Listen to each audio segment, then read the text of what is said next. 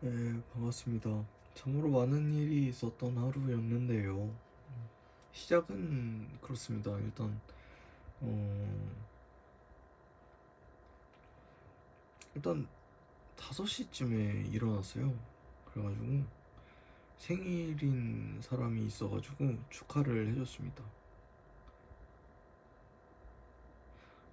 생일, 5시에 생일 축하 전화를 해가지고 막 일어나서 왜 전화했냐 막 그러더라고요. 아무튼 그리고 생일 선물은 없냐 굳이 그렇게 얘기를 해가지고 그냥 또 줬습니다. 그런 하루였고요. 그렇게 일찍 일어나서 무엇을 했는가 하면은 영화를 보러 갔어요. 영화. 그 영화는 뭐였더라? 그 007 죽을 시간이 없다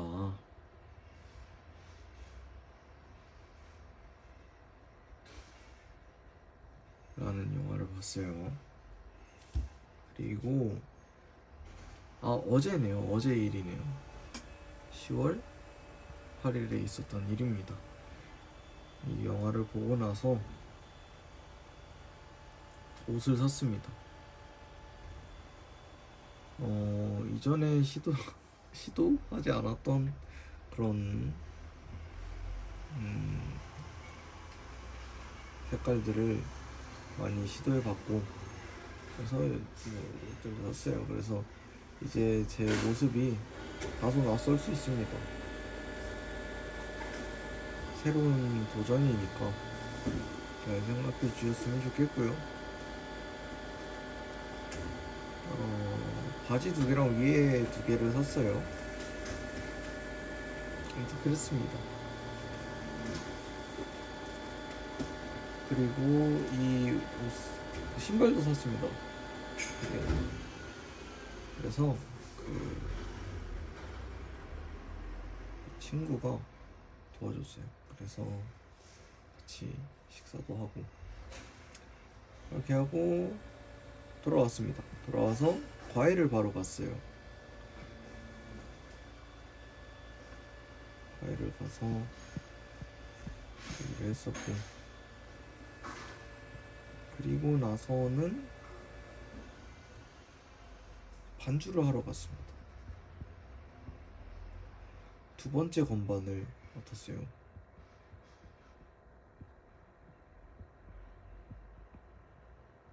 2번째 건반 주로 사용되는 건반 말고 그래서 2번째 건반에서 제가 이제 현악기 소리랑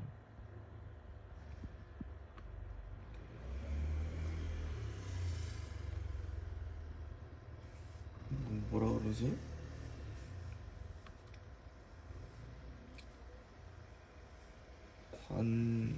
관이 달린 건반 악기랑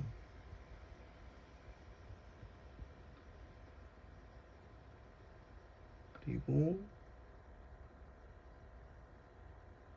약간 배경을 깔아주는 그런 음색을 사용을 해서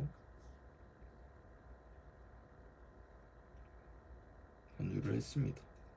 근데 제가 사용해보지 않은 기계라서 굉장히 분주했었던 것 같아요. 아직까지도 굉장히 실감이 안 날 정도로 되게 정신없었던 것 같습니다. 아무튼 그런 하루였습니다.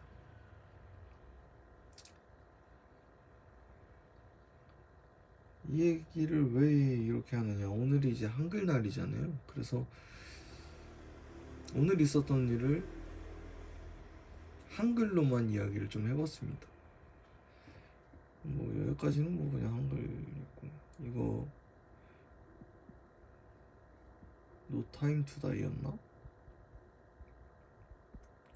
였고요. 옷은 유니클로에서 샀습니다. 어떻게 쓰지? 유니클로 어떻게 쓰겠지? 유니클로 이렇게 되고 신발은 이제 무인양품. 이거는 뭐 네, 그렇게 했고요. 반주의 세컨 건반을 이야기하는 것이죠. 현악기들은 이제 스트링, 배경음이라고 이야기했었던 것은 패드 소리를 의미하는 거였습니다. 관 달린 건반악기, 오르간 소리, 이렇게 해서 한글날을 맞이하여 있었던 일을 한국어로 이야기해봤습니다. 아마 뭐 실수했을 수도 있는데 뭐 그 정도는 그냥 가볍게 넘어갑시다. 그리고 옷을 사면서 제가 뭐 모습이라고 했는데 스타일을 이야기를 했던 거예요. 약간 다른 스타일을 좀 옷들을 사놨는데요. 굉장히 새로운 시도인 것 같아요. 지금 뒤를 돌아서 어떤 옷을 샀는지 보고 있는데 굉장히 특이한, 그러니까 저한테 새로웠던 거지 다른 사람들은 아마 잘 입고 다녔을 거예요. 아마 그런 스타일인데 그렇습니다. 그리고 옷을 사면서 느꼈던 점이 있어요. 그럼 뭐냐면 제가 굉장히 옷이 없는 편이었거든요. 그냥 티셔츠들이 있고 그냥 진짜 뭐 경우의 수 문제처럼, 아니다, 3개보다는 많죠. 한 5개 정도? 바지도 한 3종류 있고, 그래서 나갈 수 있는 조합이 15개밖에 없었어요. 그러니까 거의 그랬을 거예요. 아마도 거의 그랬을 겁니다. 그래가지고 아마 여러분들이 지금까지 봤던 모습은 한 15개의 모습 중에 하나였을 거고, 저를 좀 많이 보는 사람이라면 가능한 모든 경우의 수를 다 봤을 수도 있어요. 그만큼 어떤 개성이 없는, 또 개성이 없는 게 또 다른 개성일 수도 있지만요. 아무튼 그런 의미에서 아무튼 개성이 없는 스타일이 막 그렇게 다채롭지 않은 그런 생활을 하고 있었단 말이죠. 그런데 이제 굉장히 많은 옵션들이 추가가 됐어요. 상의를 2개 샀을 뿐이고 바지를 2개 더 샀을 뿐인데 뭐 얼마나 늘어나냐 그런 얘기는 아니고, 실제로는 뭐 20가지 정도 늘어났겠죠. 근데 그것보다 더 이제 별개로 약간 요소가 늘어난 부분이 있어요. 그러니까 예를 들어서 이런 거, 그러니까 원래는 이렇게 상의 하나랑 하의 하나를 이렇게 입고 나왔다면 이 겉에 입을 거를 또 생겼다, 뭐 이런 거 때문에 변수가 굉장히 많아졌습니다. 그리고 신발도 샀다 그랬잖아요. 그 도움을 준 친구가 이야기를 하기를 이제 신발이 중요하다, 신발도 중요할 수 있다. 그래가지고 신발의 경우까지 제가 나가기 전에 생각을 하게 됐습니다. 한 3가지 정도 있는 것 같네요. 그렇게 되고, 네, 그렇게 해서 아무튼 늘어가고, 근데 한편으로는 경우에서 줄어든 것도 있어요. 그 친구가 이거랑 이거는 절대 입지 말아라 이렇게 말한 게 있거든요. 그래서 이게 옷이 많아짐으로써 경우수가 늘어나기만 한 줄 알았는데 아예 아닌 조합도 생길 수가 있구나 하는 생각을 했어요. 이걸 어떻게 설명해야지 더 설명이 잘 될까. 예를 들어서 그 덧셈 군이라는 것을 이야기를 할 때 4가지 조건이 있거든요. 일단 첫 번째는 약간 교환 법칙이 성립해야 된다라는 거고, 그리고 결합 법칙이 성립해야 된다라는 거고, 그리고 항등원이 있어야 되고 역원이 있어야 돼요. 항등원은 더하나 안 더하나 똑같은 애 0이라고 생각하면 좋을 것 같아요. 역원은 더해서 0이 되게 만드는 애, 즉 뭐 2가 있으면 마이너스 2 뭐 이런 게 역원이 되겠죠. 예를 들어 이제 자연수들을 보면은 덧셈군이 아니에요. 왜냐하면 항등원이 없어요. 그러면 0을 포함해도 아닙니다. 역원이 없기 때문에. 그래서 정수 전체는 덧셈군이 맞아요. 저 4가지 조건을 다 만족을 하죠. 그러니까 뭐 이렇게 생각할 수 있겠습니다. 자연수에서 영과 음의 정수들을 모아서 정수 집합을 만들어서 덧셈군이 되게 했다. 이러면은 뭔가 더 이렇게 좀 정교한 논의가 가능해지겠죠. 근데 그럼으로써 약간 잃어버리는 것들이 있어요. 예를 들어서 자연수 뭐 이런 거만 있었을 때는 어떤 뭐라 그러지? 자연수가 아니라 양수 해야 되겠네요. 양수. 이건 실수라고 이야기를 해야 되겠네요. 그런 경우에 양수일 때는 약간 곱셈을 할 때 성질이 굉장히 자유롭단 말이죠.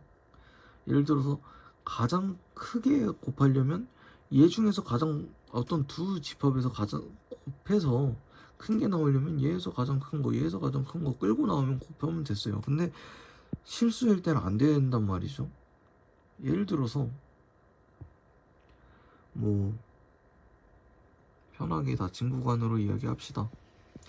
1부터 3까지의 원소랑 2부터 4까지의 원소 중에 하나를 곱해서 가장 크게 나올 수 있는 건 3 곱하기 4 12가 제일 크게 나오죠. 근데 만약에 이게 막 음수가 껴버리면 삶이 힘들어지기도 해요. 그러니까 예를 들어서 뭐 마이너스 4부터 1까지다. 1까지면 안 돼. 1까지다. 그러면 제일 큰 것끼리 곱하면 3인데 사실은 곱이 제일 큰데 이런 데서 나오잖아요. 마이너스를 하면 4가 나와버리기 때문에 약간 이런 어떤 성질들이 보존이 안 되는 그런 게 있습니다. 그래서 오히려 이제 지금 오늘 제게 일어난 일을 이런 어떤 덧셈군이 아닌 것에서 덧셈군으로 나아갔다 라고 생각할 수 있을 것 같아요. 이러한 요소들을 대신에 잃어버리게 된 거죠. 그냥 뭐 제 입장에서는 새로운 시도 굉장히 의미 있었다고 생각합니다. 그래서 바쁜데 시간 내줘서 같이 왜 고맙다 라는 말을 하고 싶고요.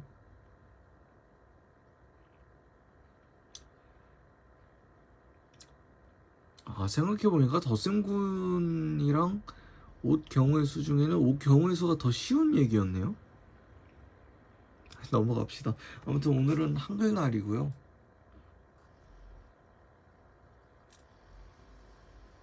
뭐 이쯤에서 마무리하도록 하죠. 다들 오늘 하루도 고생 많으셨고 앞으로 주어질 하루도 잘 채워나가시기 바랍니다.